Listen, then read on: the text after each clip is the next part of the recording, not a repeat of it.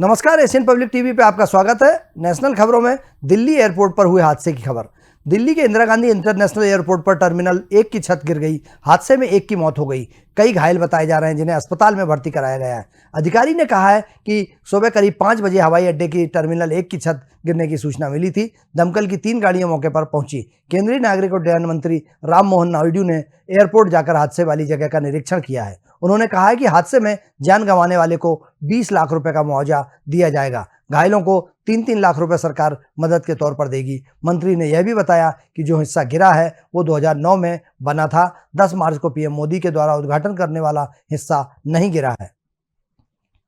कर्नाटक के पूर्व मुख्यमंत्री बीएस येदियुरप्पा पर लगे छेड़छाड़ के आरोपों की जांच कर रही सीआईडी ने पास्को मामले की एक विशेष अदालत में करीब 750 पन्नों की चार्जशीट दायर की है।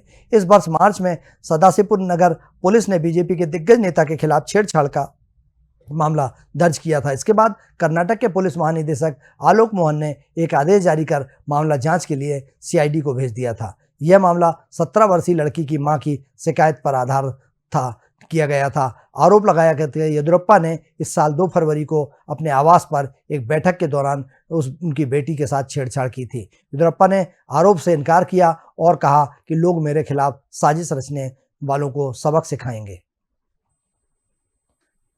हैदराबाद लोकसभा सीट के सांसद एआईएम के प्रमुख असदुद्दीन ओवैसी बीते कुछ दिनों से विवादों में चल रहे हैं। दरअसल लोकसभा में शपथ के दौरान ओवैसी ने जय फिलिस्तीन का नारा लगाया था। इस मामले में ओवैसी का विरोध हो रहा है। उनकी संसदीय खत्म करने की मांग की जा रही है। अब असदुद्दीन ओवैसी ने जानकारी दी है कि उनके दिल्ली स्थित आवास पर काली स्याही फेंकी गई। दिल्ली पुलिस ने इस घटना के बाद मामला दर्ज कर लिया है और जांच शुरू कर दी है। एआईएम सांसद असदुद्दीन ओवैसी ने बताया कि कुछ अज्ञात उपद्रवियों ने उनके दिल्ली वाले घर पर काली स्याही फेंकी। ओवैसी ने कहा कि मैं अब वह गिनती भूल गया हूं कि मेरे दिल्ली आवास को कितनी बार निशाना बनाया गया है।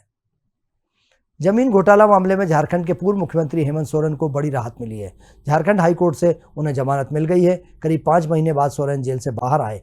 सोरेन जमानत याचिका झारखंड दिल्ली हाईकोर्ट ने दोनों पक्षों की दलील सुनने के बाद 13 जून को अपना फैसला सुरक्षित रख लिया था। झारखंड के पूर्व मुख्यमंत्री ने 27 मई को झारखंड हाईकोर्ट में जमानत के लिए याचिका दायर की थी। ईडी ने जमीन घोटाले में जुड़े मनी लॉन्ड्रिंग मामले में हेमंत सोरेन को 31 जनवरी को गिरफ्तार किया था। हेमंत सोरेन पर 8.82 एकड़ जमीन घोटाले का आरोप था, जिस पर उन्हें अब जमानत मिल गई है। और जिस तरीके से ईडी को फटकार लगी है उससे कहीं ना कहीं भारत सरकार और ईडी बैकफुट पर नजर आ रही है। कर्नाटक के हावेरी जिले के ब्यांदगी ताल्लुक में तड़के एक वैन की खड़े ट्रक से टकरा गई। दुर्घटना में कम से कम 13 लोगों की मौत हो गई है और 4 अन्य गंभीर रूप से घायल हो गए। पीड़ित शिवमोगा के रहने वाले थे और देवी यलम्मा के दर्शन के लिए तीर्थ यात्रा के बाद बेलावी जिले के साटवटी लौट रहे थे। पुलिस ने बताया कि घायलों को अस्पताल में भर्ती कराया गया। उनकी हालत गंभीर बताई जा रही है। उन्होंने बताया कि ऐसा लगता है बस के चालक को नींद आ गई, जिसके कारण यह दुर्घटना हुई। दुर्घटना सुबह 3:45 पर हुई। उनके मुताबिक वैन ने सड़क के किनारे खड़ी लारी को टक्कर मार दी। लारी हावेरी जिले के ब्यादी से राष्ट्रीय राजमार्ग 48 के किनारे खड़ी थी। वैन में कुल 17 लोग सवार थे।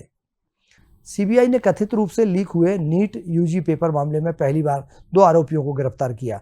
दोनों गिरफ्तारियां पटना से की गई। सीबीआई सूत्रों का कहना है कि आरोपियों ने मेडिकल प्रवेश परीक्षा देने वाले कैंडिडेटों को परीक्षा से पहले ऐसी सुरक्षित जगह मुहैया कराई जहां 5 मई को होने वाले नीट यूजी पेपर से पहले कथित तौर पर लीक हुए पेपर दिए गए। और उनके जवाब सूत्रों का कहना है कि भले ही शिक्षा मंत्रालय अभी तक मामले में पेपर लीक होने की बात न करते हुए गड़बड़ी की बात कह रहा है, लेकिन जिस तरह से बिहार पुलिस की जांच में पेपर लीक होने का दावा किया गया है उससे सब कुछ स्पष्ट हो जाता है।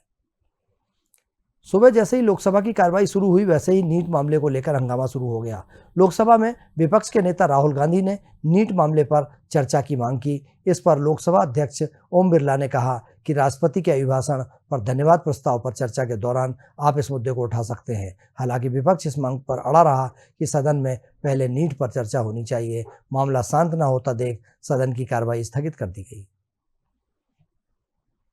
बेदीराम रेलवे में टीटीई के करीब 10 साल पहले रेलवे की भर्ती परीक्षा का पेपर लीक करने में उनका नाम सामने आने के बाद उन्हें बर्खास्त कर दिया गया था। रेलवे रिक्रूटमेंट बोर्ड की 2006 की समूह ग की भर्ती परीक्षा, 2008 में लोको पायलट की परीक्षा, 2009 में भोपाल जयपुर में रेलवे की परीक्षा प्रश्न पत्र लीक करने में बेदीराम को गिरफ्तार किया गया था।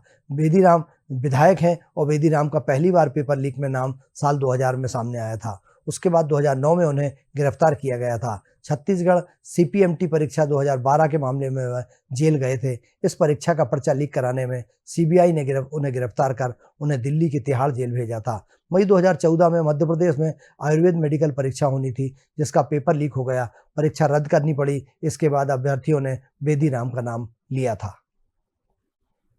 देश भर में पिछले कुछ महीनों से जारी भीषण गर्मी के बीच मानसून राहत की खबर लेकर जरूर आया है, पर मानसून के साथ साथ मच्छर जनित बीमारियों का भी खतरा सताने लगा है। महाराष्ट्र सहित राज्य के कई राज्यों में पिछले दिनों डेंगू के मामले में बढ़ोतरी दर्ज की गई है। मीडिया रिपोर्ट के मुताबिक शहरी और ग्रामीण दोनों क्षेत्रों में डेंगू के मामले सामने आए हैं। महाराष्ट्र सरकार ने वर्ष की शुरुआत से ही मई से पहले सप्ताह तक 1.755 डेंगू पॉजिटिव मामलों की सूचना दी है। चूंकि मानसून की शुरुआत हो गई है, ऐसे में डेंगू का खतरा और अधिक बढ़ने की आशंका जताई जा रही है।